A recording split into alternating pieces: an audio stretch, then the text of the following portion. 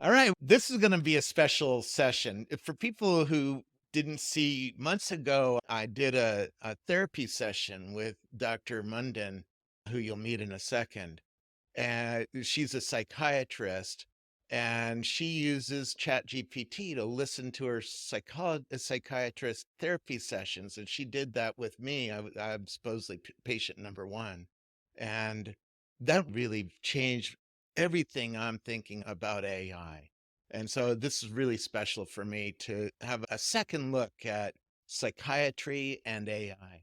So I guess let's start with Dr. Mundin. I usually ask, I start out with, who are you? It's a thing I started back at Microsoft 15 years ago. So who are you? Who am I? I am a psychiatrist by trade, and I practice in a couple of different settings, which becomes relevant to our AI story as it's unfolded over time. But the way that I'm here today is through Vikas. I currently am the medical director for psychiatry outpatient clinic based in California, but we're expanding. And Vikas has been really instrumental in helping us develop and incorporate AI in our real patient practices. So my role is seeing patients, but also I become a prompt engineer. I don't Very know how cool. that happened. By the way, we should have covered this. If you're not talking, if you can mute and then unmute when you're about to talk, that would be helpful. That way there's no sound coming in. Good morning. Who are you? Good morning. Hey, I'm right here in Los Altos, very near to you, and I've been here in Silicon Valley for 25 years now. Yeah. And Scott, who are you? Hey, my name is Scott Solid. I've been a police officer for 30 years. I'm currently a lieutenant at the Fort Meade County Jail, working with Dr. Mundin, trying to work with our people who are seriously mentally ill. So let's set this whole conversation up a little bit. I tried to in the intro, but I don't know if that'll work in the show. But let's try to set this up a little bit. Vikas, you built a system that listens to psychiatrists like Dr. Mundin and in almost real time writes highly detailed notes. I posted the notes on x.com that you did for my session months ago. And in 30 minutes, it nailed all of my mental illnesses. It laid out what all sorts of things that it noticed about me because of our conversation. Is that correct? So let's start out with, what is this system doing, and what is the company that you're trying to build that's trying to do this? And then we'll have a fun conversation about what this means for psychiatry, because it's deep. What we're trying to do here is models like GPT, Llama 2, Bard, Anthropic, they're surprisingly good. And I think what most of us are missing in our human world today is that they think a million times faster than us. So that 30-minute conversation patient number one of mental health had with Dr. Mundin, that 30 minutes was 30 minutes multiplied by a million times for GPT. You were patient number one, and after that, we have had around, I would say, almost 200 patients on the system. The system continues to surprise us. The system continues to surprise us that how much it can infer from 30 minutes of conversation. And the way we are trying to understand this new invention that we have today, that the humankind has discovered, which Scobel, both you and I, we have talked, we think just like in humans discovering fire one day, and then we built on top of it. Just that the way the fire had a million times more energy than what our human bodies could produce, this thing works a million times faster than our mind works. And when we are able to use the speed of this silicon intelligence, which is working a million times faster, and couple that with Dr. Mundin's mental health expertise, Lieutenant Solan's expertise in the jail system, we are able to fundamentally change how things are practiced. And that keeps me very excited. What I've been trying to do is, if this system can think a million times faster than me, how do I use the system to affect the biggest change I can, right? Because the Silicon Valley ethos is that you affect the biggest change, money, fame, and everything follows, right? The goal is affect the biggest change, money, fame, everything will follow. So after we met you 4 months ago now, there are a couple of things that happened. Mind blowing. First thing that happened was you were patient number one. We had a 30-minute appointment with you. Dr. Mundin then went out and treated 200 patients with the system. And with a lot of these patients, it was appointment number 3, appointment number 4. Then Dr. Mundin came back and said, I want the AI to synthesize what's happened across the 4 appointments.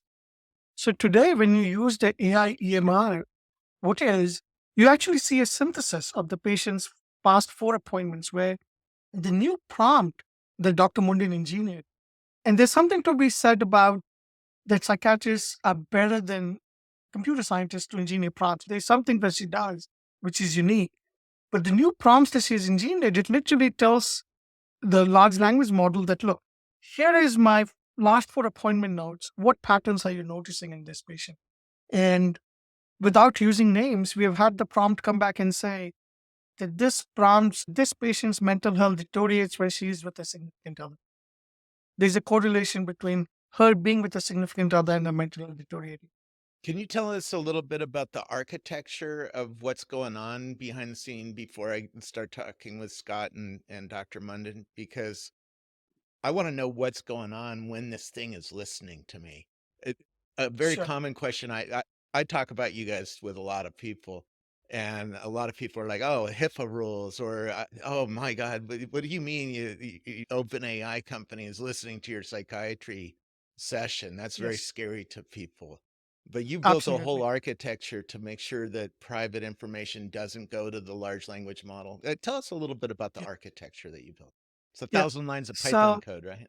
yeah, we're actually are building on the shoulder of giants. Like the power that you have with 1,000 lines of Python code is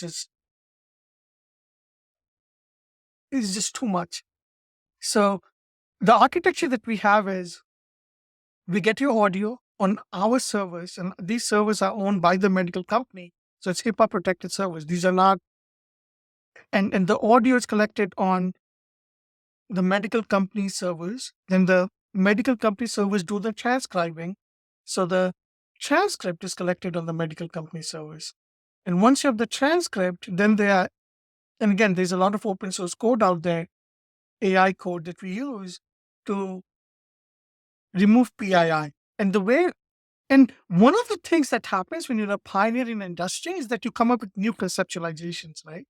Which you talk to the world and then the world catches on with the conceptualization. So the conceptualization that our team came up, and I think it was led by Dr. Mundin, the idea being that there's PII, there are a lot of shades of gray. There's a black, there's a white. Okay, this information, we cannot recognize COBOL. With this information, we can recognize COBOL. And there's a bunch of gray. So with this information, we have defined circles of trust.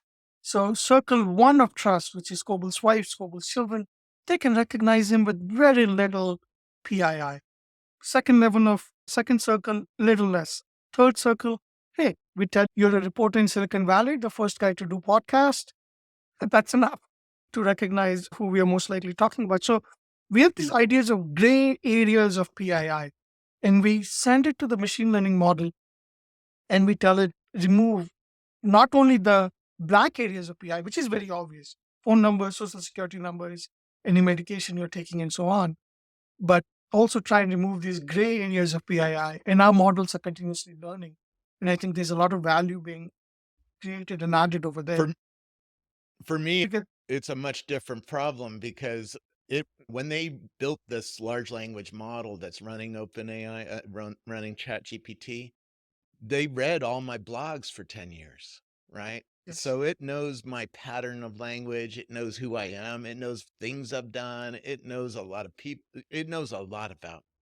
So yes, yes, you could start seeing, oh, it wouldn't take much data for it to go, oh, Dr. Munden's talking yeah, to Robert Scoble, right? probably.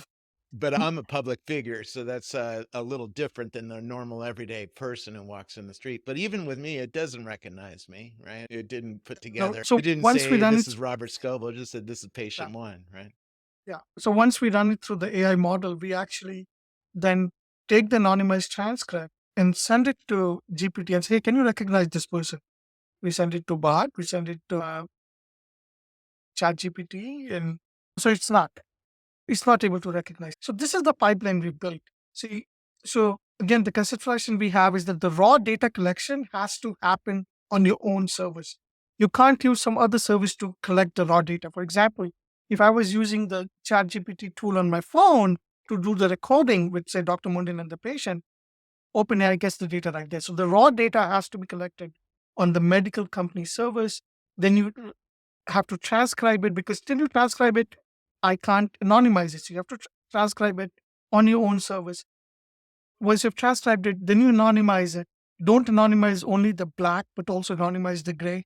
Build a model to anonymize the gray. And then when you get anonymized transcript, then you send it out to a large language model.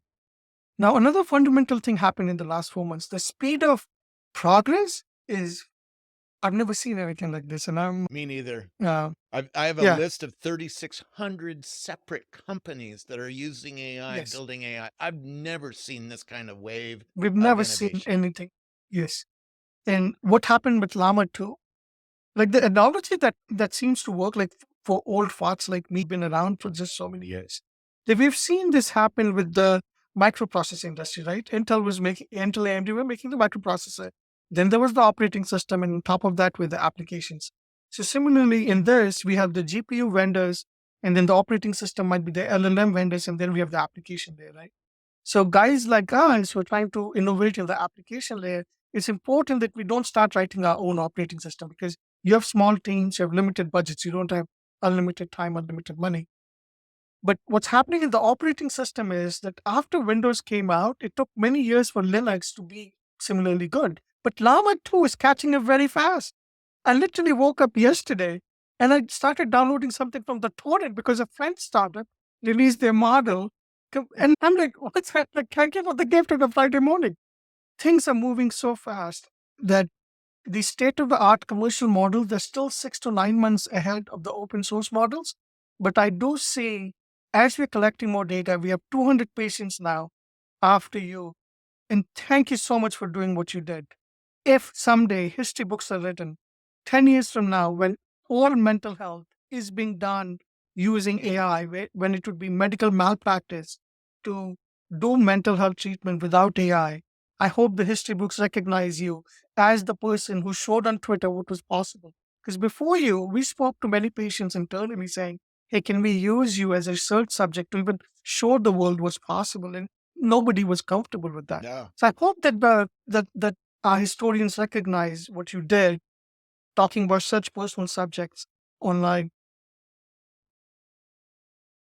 But I think the way the world is headed, if I was to look into the future, 5 years down the line, I do expect us or other application players like us to be using models like Llama 2, using this French model, because we've also collected now 200 patients. And I have something what the commercial LLM gave, and I have Dr.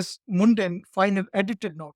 And I can now use that as a training set that, look, LLM gave this, but the doctor, the biological intelligence wanted this, learn from this. And that becomes as a way for me to RLHF, say the French model.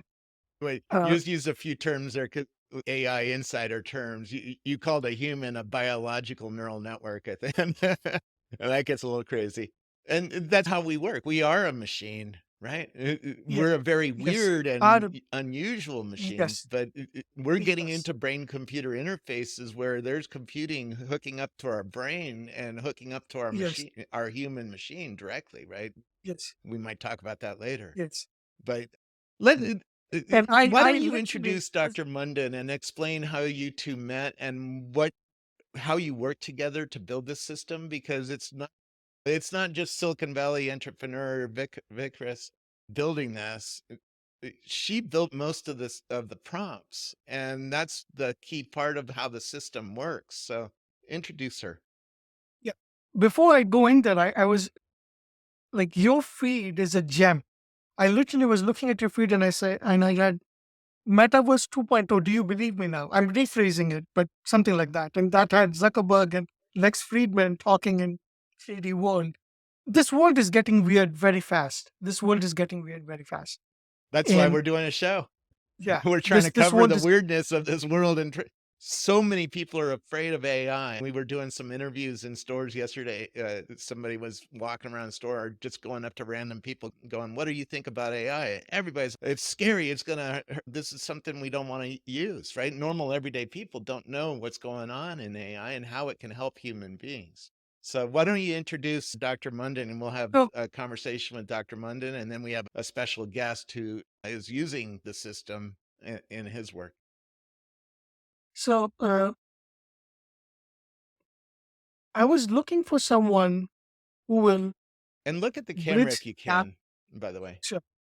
I was looking for someone who will bridge the gap between what technology can do and the real world.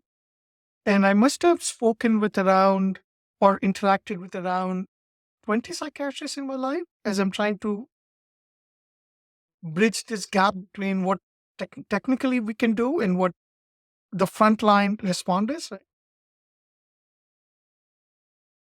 And Dr. Mundin was someone, she gets bored with the mundane. Like she gets bored with if she has to do the same thing again and again. And she's someone who can literally be online with you at 10 p.m. at night. And I literally had to ask her, is your partner going to be okay? You're in Texas. There's 2 hours ahead of us. I don't want John to start hating me. That she's not lost that innocence. I think many of the psychiatrists that I meet, they're cynical. This is not going to work. That's their first. They start with the cynicism. And Dr. Mundin starts with, it will work. I know it will work. We'll just have to figure it out how it works. And she's 1 out of 20 I've got to know in my life, I've interacted with. And what I've tried to do is just build a meta system using which she can express her creativity. And she just continues to, she literally reminds me of a high school person who still has that optimism that, yes, it has to work. Yes, we cannot have people languishing in jails because we don't know if they're competent to stand trial or not. I cannot be treating people in 30 minutes, giving them medications to alter their minds where I've seen them for 10 times over the last 1 year. I don't remember. You're literally asking me to fake. This is literally Tony Ricketts. Like half of the time, if people knew what I did, it should be considered malpractice because you're asking me to do things that are not possible for a human being. I'm just lucky to have her on my team. She still has optimism. She's still willing to be foolish. She's willing to use a better software, which has so many times stopped working in the middle. And that's my relationship with her. She is the frontline person who's taking it out. And probably this gets recognized too. I hope this gets recognized. I tell her there are many guys like me. Guys like me are dime a dozen in Silicon Valley. Go to Starbucks right now, nearest to my home. There'll be 5 guys like me hacking on their laptops. But guys like Scoble to be able to talk about the sexual abuse on a camera. Guys like Dr. Mundin willing to use an alpha level software 6 months ago, beta level software 3 months ago, and probably release 0.01 today. It takes a lot of courage, and I'm really glad that I have on my team. Thanks. Dr. Mundin, tell us what this system does, just to start out with. When you're meeting with a patient and having a conversation, what's going on your screen and how does that help you do what you do? So actually all of my work with my AI partner is currently being done through telehealth platforms. So in the same way, if I was your psychiatrist, you're coming to see me, you would see me on the screen, I can see you on the screen, and then we would have a third window where our AI note taker would be sitting on the screen as well. And so from the patient's perspective, and from my perspective, there's nothing different to this appointment. We are just talking to each other as usual in a psychiatric appointment. But what my AI scribe or my AI partner is doing is collecting the data from that appointment. And in under 3 minutes, by the conclusion of the appointment, generating an incredibly detailed consultation letter that captures the patient's history. It captures observations and exam findings of this patient's mental condition during the appointment. It can propose diagnoses and treatment plans and propose how best to bill the insurance company for this patient. So in the span of 3 minutes, all of that is done for me. That would probably take me 15 to 20 minutes to do traditionally, either typing on a computer or even worse, handwriting, which is, I'm old enough now to remember the days where we handwrote notes. And so because I've got my AI scribe sitting with me in all of my appointments, I can capture data and think about theories of this person in a much more detailed way than I can do just by myself with my neural network. When I met with you, we just did a 30-minute conversation. It was a conversation just like this, right? We just talked about life and things that are going on in my life and things that have happened or problems I'm having with my life. And it wrote, oh, he has PTSD on this topic. And he has, right? It went in and did very scientific, detailed psychological notes on me out of just one 30-minute conversation, which is very mind blowing to me. And by the way, your conversation with me and this tool showed me that this technology is a very powerful listening tool. And I use the listening tool now in the iPhone app all the time, right? I'm talking to it all the time. And in fact, by the end of next year, we're going to have an assistant that we talk to all the time, an AI assistant, right? Because it's so powerful at listening. How has this changed your life, though, as a psychiatrist? In terms of change, it's funny when I look back at that original interview that you did with us, I cringe because when I clicked generate that note, I didn't know if it was going to work. I didn't know how well the system would perform for us. And you can hear my gasp when I see the note that's generated for you. And I said, it worked. It's there. And it was, what did you call it? Alpha, not even beta testing. It was alpha testing. And so just in the span of 3 or 4 months since we last spoke, my life has been changed in that I believe my AI scribe partner is always going to work for me. It's just always there for me. And so I can just sit and talk to somebody now. I can just sit and make eye contact with them. They can make eye contact with me. I'm not down on my computer screen typing away. I can really give this person all of my attention in those moments that I have with them because I know that my AI scribe is catching the data that has to be captured because lawyers want it captured, insurance companies want it captured. It's all important that it has to be captured, but I don't have to think about that anymore. I have to think about what a psychiatrist talking to a distressed person needs to be capturing and thinking about. So life changing. In the past, where I might have a 30-minute slot to talk to a patient, I might give them 10 or 15 of actual FaceTime and then spend the remainder of that 30 minutes writing a note. That's crazy.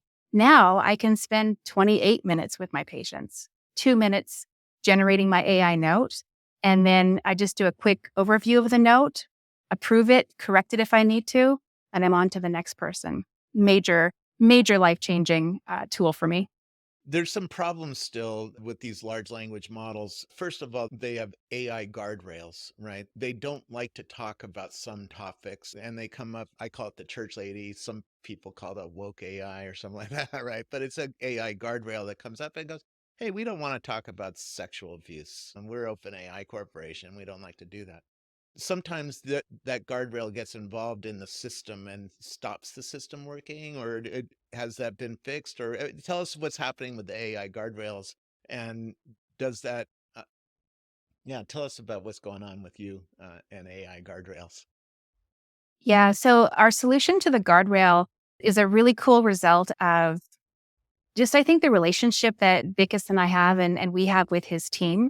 Because I remember we were up at 10 o'clock at night just trying to figure out what the heck is going on with these guardrails. And it was a big issue because probably 60% of my notes at the time, before we figured this guardrail problem out, 60% of my notes were not being generated. So I would get 40% of my notes, but not the other 60.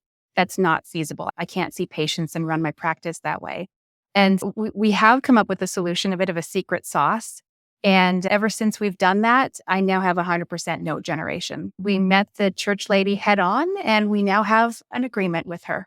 I haven't met the guest we have on before, Scott. And could you introduce him and what are you working on with him and how is your system changing his life? Yeah. I work in a couple of different settings, and where I use AI exclusively at the moment is in the private psychiatric outpatient telehealth practice. And a big part of my week also involves seeing patients in jails across the country, including the jail where Lieutenant Soland is based. And I'm sure I've been talking to him about the AI experience I have in the rest of my professional life. And I know I've said, why aren't we doing this in jails? Why aren't we using this in jails? What's important to know about jails in the United States is that they really are some of the biggest psychiatric hospitals in the country. Many people detained in jails have severe mental health problems. And that's part of the reason that they brushed up with the law and they're now detained.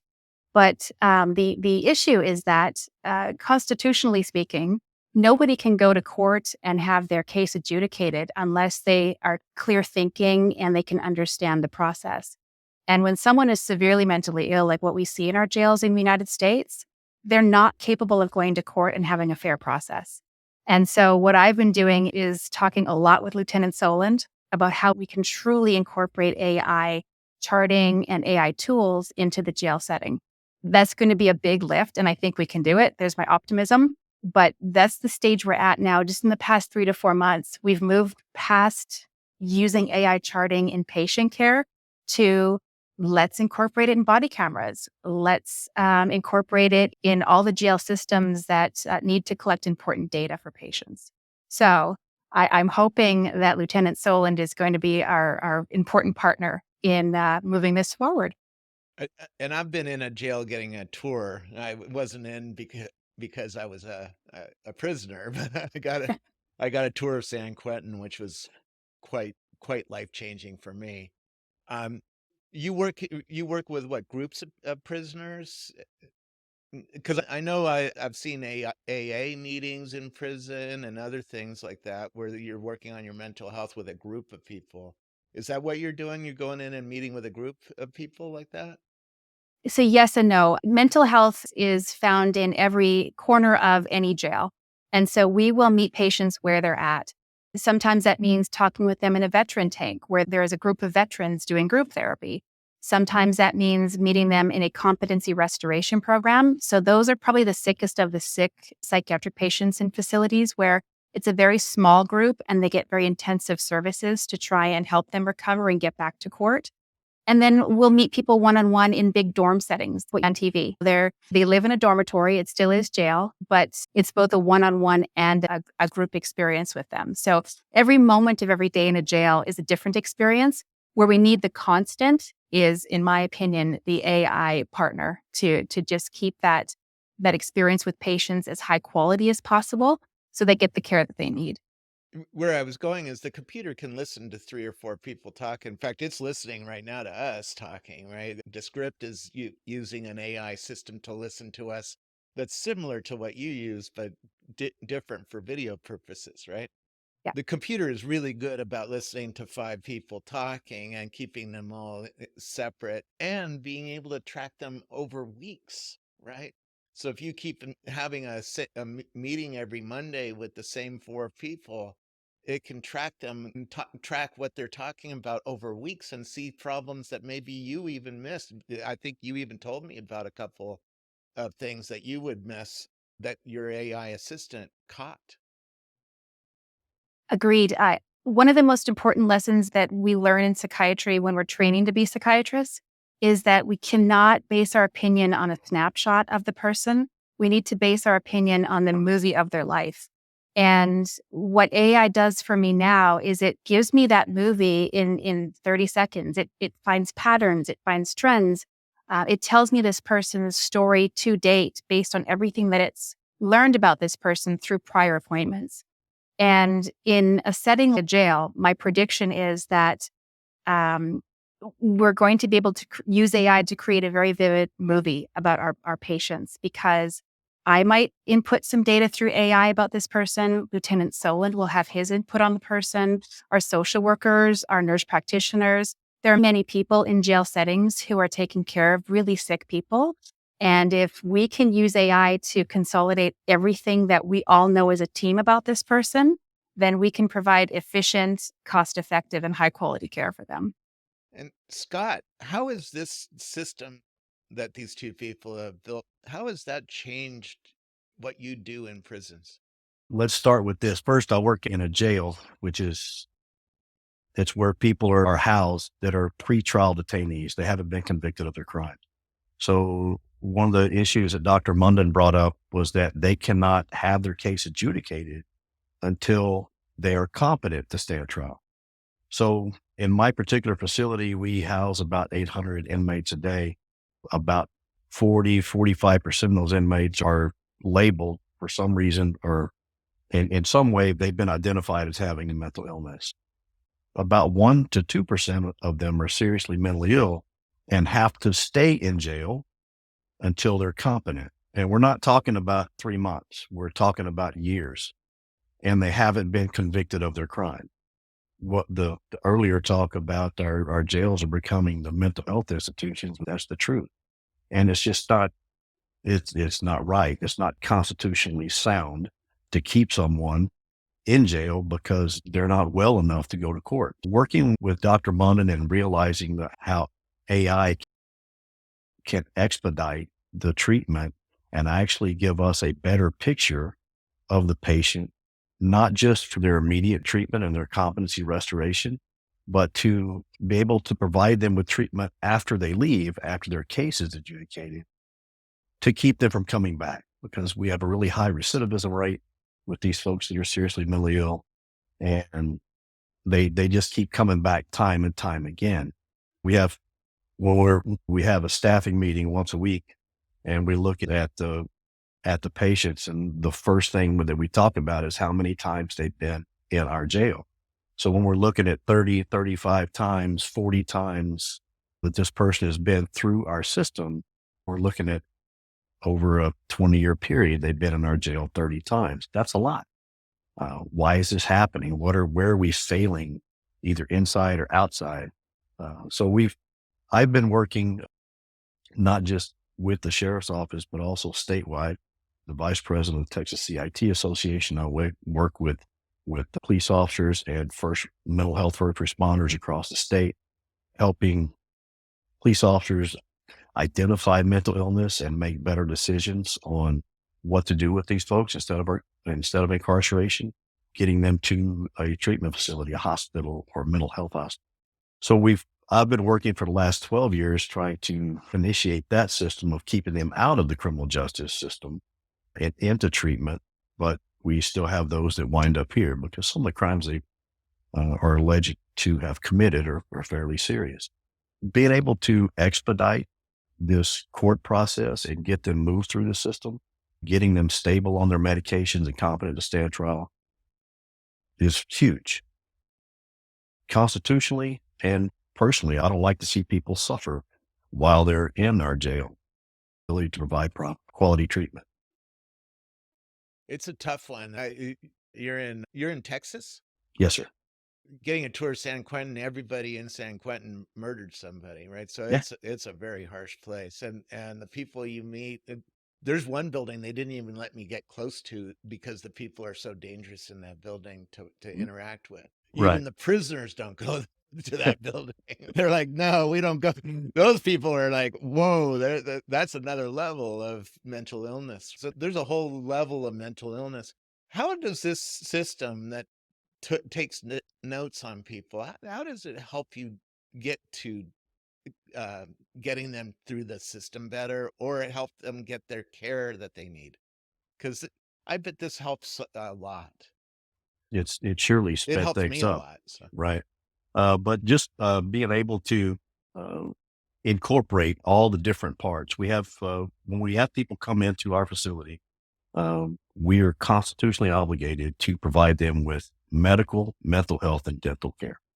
We have several different people in those fields that are talking with this patient and has an opinion or an observation on what's going on with this patient. Now, when we think about some of the realities, mental health is diagnosed and treated based on observed and reported behaviors, not a blood draw. It's based on what people are observing. So when we can combine those observations and have the note taker look at their past and piece all these things together, it's huge because that's what we need. You can imagine we have people that are seriously mentally ill, and then we have people that have really committed serious crimes that want to feign mental illness. So in particular settings, like when they visit with a psychiatrist, they're going to put on an act and role play to try to feign that mental illness and hopefully convince someone down the road that they shouldn't be convicted.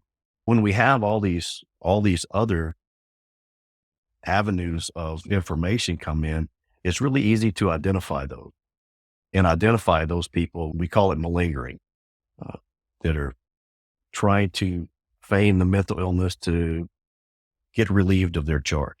So it serves two purposes. It helps us weed those folks out, and then it helps us better treat the folks that are really ill and need help. In my session with Dr. Mundin, it wrote all sorts of notes, what I was wearing, right? What my appearance was, what my demeanor was, right? Because if we talked about that, if Dr. Mundin said, oh, you seem a little anxious today or angry today, it would put that in the notes, right? Mhm. Tell me, when you're meeting with a patient, what's it doing on the screen for you? How does it help you do your job? I don't get to see the screen. That's Dr. Mundin's side. I work on the security side of the house. I make sure I ask questions or I speak what I'm seeing so it can be determined. Now, AI can't see. So when someone is having some obvious Yeah, rocking back and that's forth, coming. wringing their hands, it's coming, but we don't have that just yet. But we have to call those things out and ask those questions, and it picks up on it. Yeah, the kinds of I have a special needs son and he does stimming, right? So he's Right. always running around the house clapping, Hmm. right? That would be something we talk about. Hey, how's your stimming today? But in prison, I saw people yelling and doing all sorts of crazy stuff. That kind of behavior would be put into the conversation. Hey, you were really causing a lot of ruckus. That gets put in the notes, right? Correct. Yeah. And we, believe it or not, we have a lot of folks in our system that are on the autism spectrum and they do STEM. And it's being able to talk about that and ask them.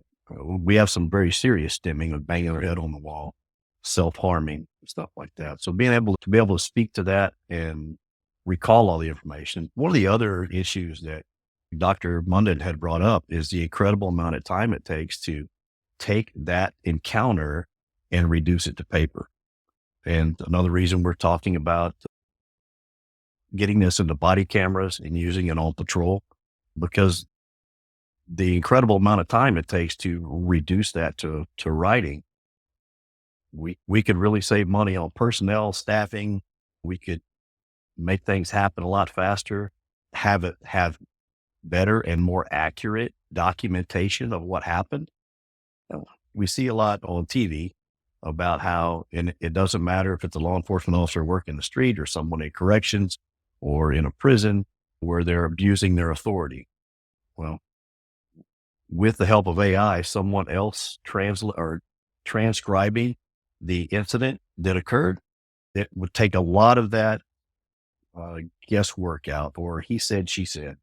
So, as video cameras are great, videos can't see everything, uh, but having a note taker in there, this transcribing an accurate uh, description of what happened during that incident would be huge.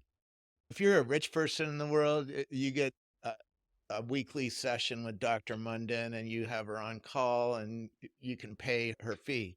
These people don't have that kind of control and probably don't have the same consistency over time that a rich person does with a doctor. These kinds of notes can notice things happening over time with various different doctors who are coming in and meeting with them, right? For instance, I think Dr. Mundin told me that she had one of her patients that the system caught that he was commenting a lot about his psoriasis.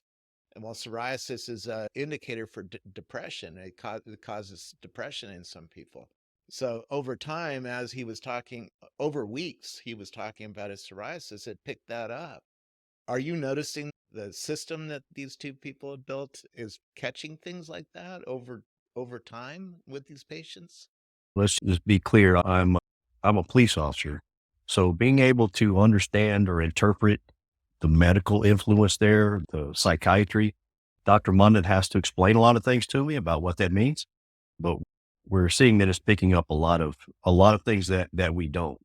And having that transcription there, doing it real time for you, like Dr. Mundin was bringing up, those are things that we forget. If you spent 30 minutes having a conversation, I am not going to remember every word that was said, but now I have it transcribed for me. And AI is going in and comparing those to past encounters and being able to pick up on those traits. Yeah, I can't remember what I talked about with my wife yesterday. When you're looking at a patient or a human over time, you can't remember what you talked about 6 weeks ago with that person, particularly when Correct. you're like Dr. Mundin. And Dr. Mundin, how many people do you meet with a week?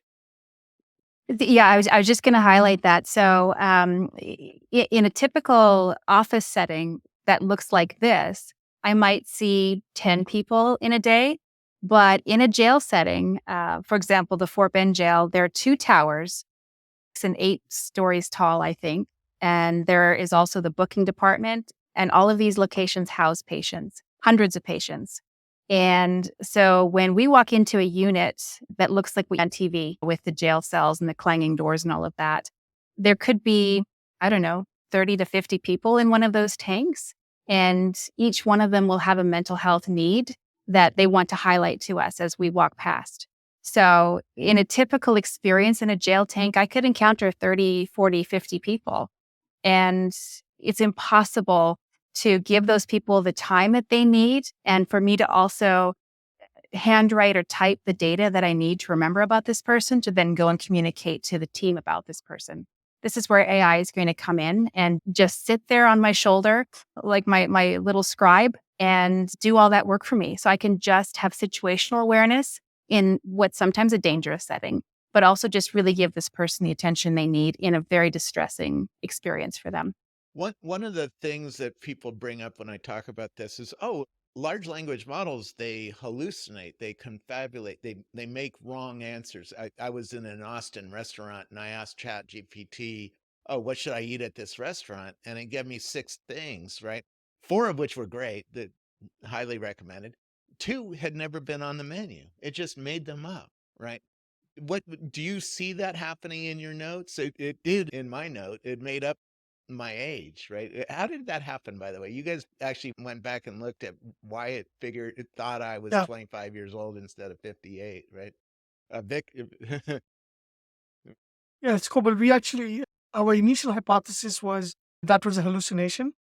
But then when we went through our debug logs, what we saw was that because you were a demo patient, one of admin assistants for Dr. Mundin had created you as a patient in the system. And they had entered your date of birth, just a random date of birth. uh, And that actually positioned you as a 25-year-old. it's it, And LLMs where I was going with this. They're more accurate at listening to things and figuring things out than trying to tell you what to eat at a restaurant or something like that, right? the way we conceptualize internally as LLMs are that they are pleasing assistants. They really want to please you. So if you say, hey, what can I eat at the restaurant? It wants to be like a really good, pleasing assistant and tell you things, even if it has to make them up.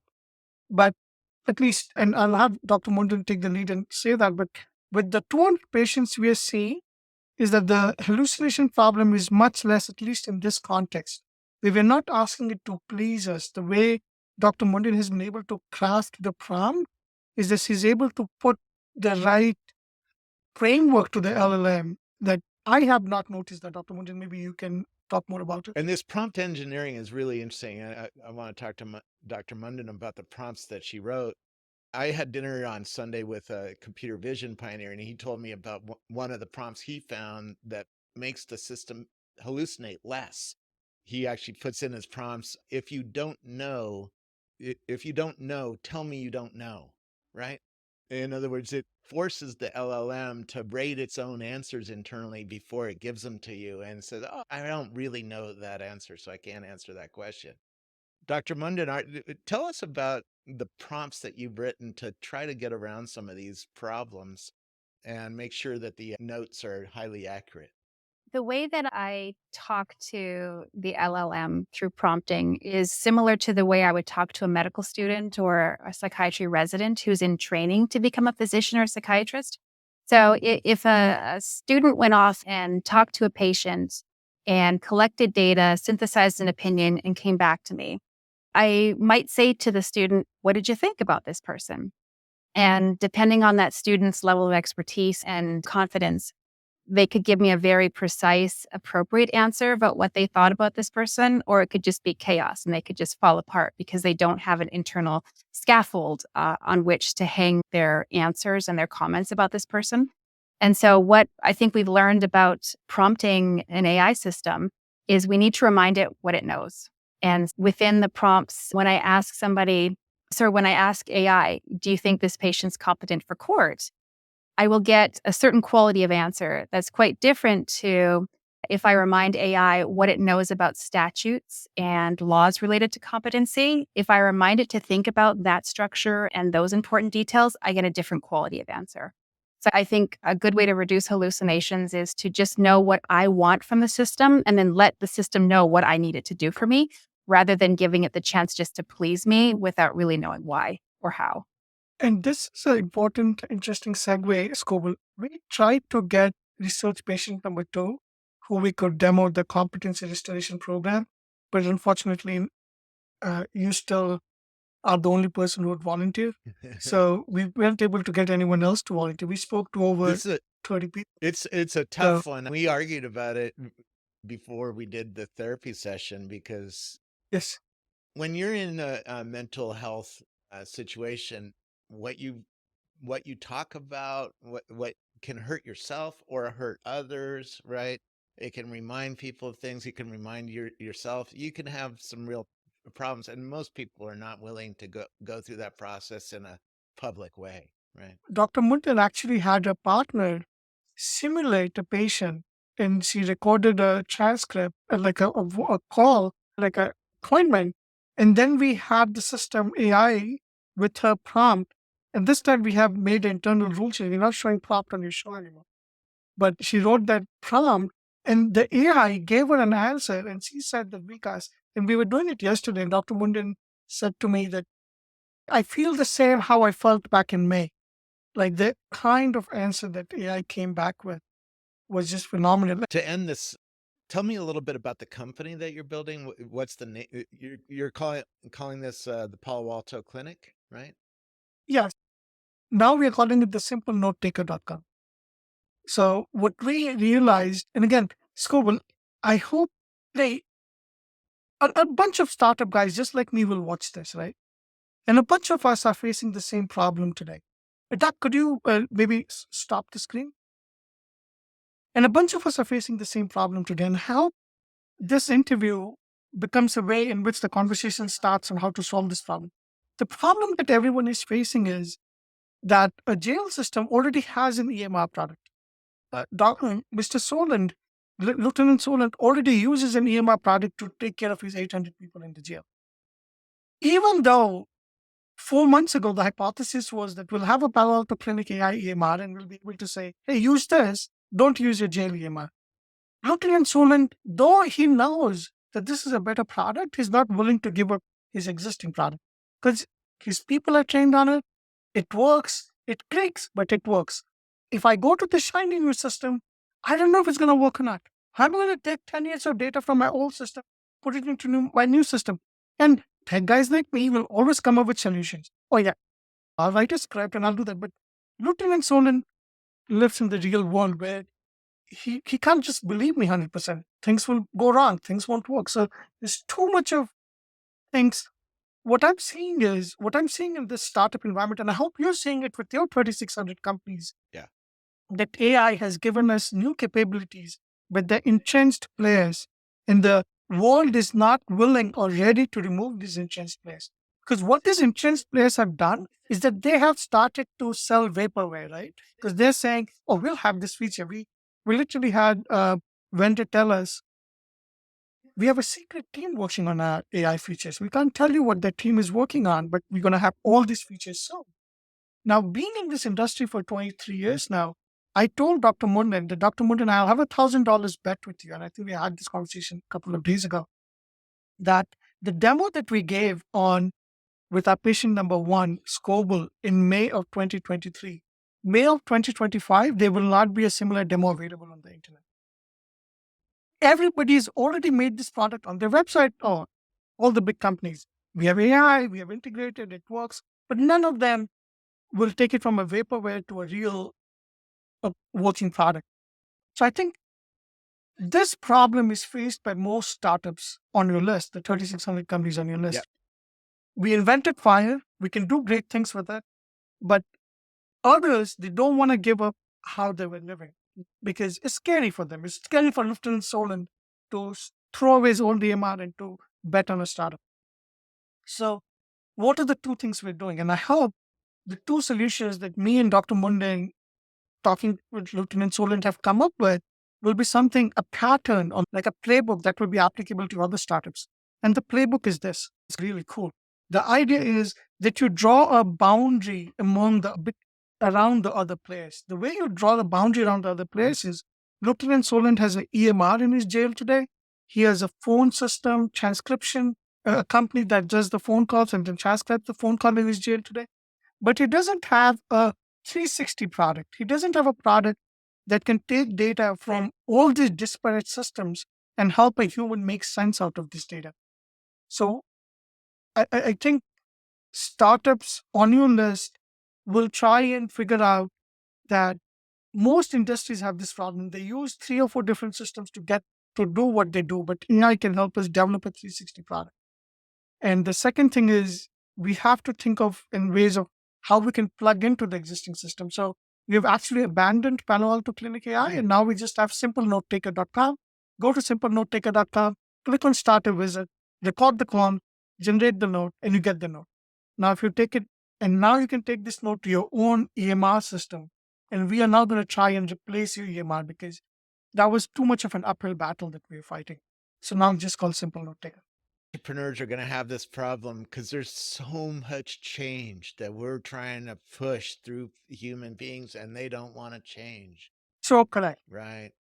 You're right on. This has been a remarkable hour for me. Thank you so much to the 3 of you for spending more than an hour with us.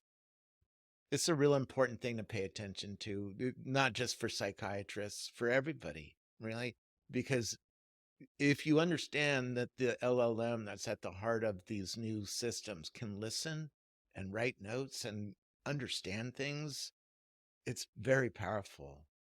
And it's going to help a lot of people, right? I'm honored to be patient number 1 with you all. Is there Thank you, Scope. any last Thank things you. that we need to cover? We covered where to find it. How do you charge for this? Do you charge per patient use? Do you charge per doctor? Doctor pays $20 a month or something? Or how do So you? now, right now it's free. You just go to simplenotetaker.com and you start using it. And we haven't figured out how, but the goal is to build something fundamental. The goal is to affect the biggest possible change. And we don't know, we don't have the answers to that yet. And I just want to say one thing. The world has invented fire.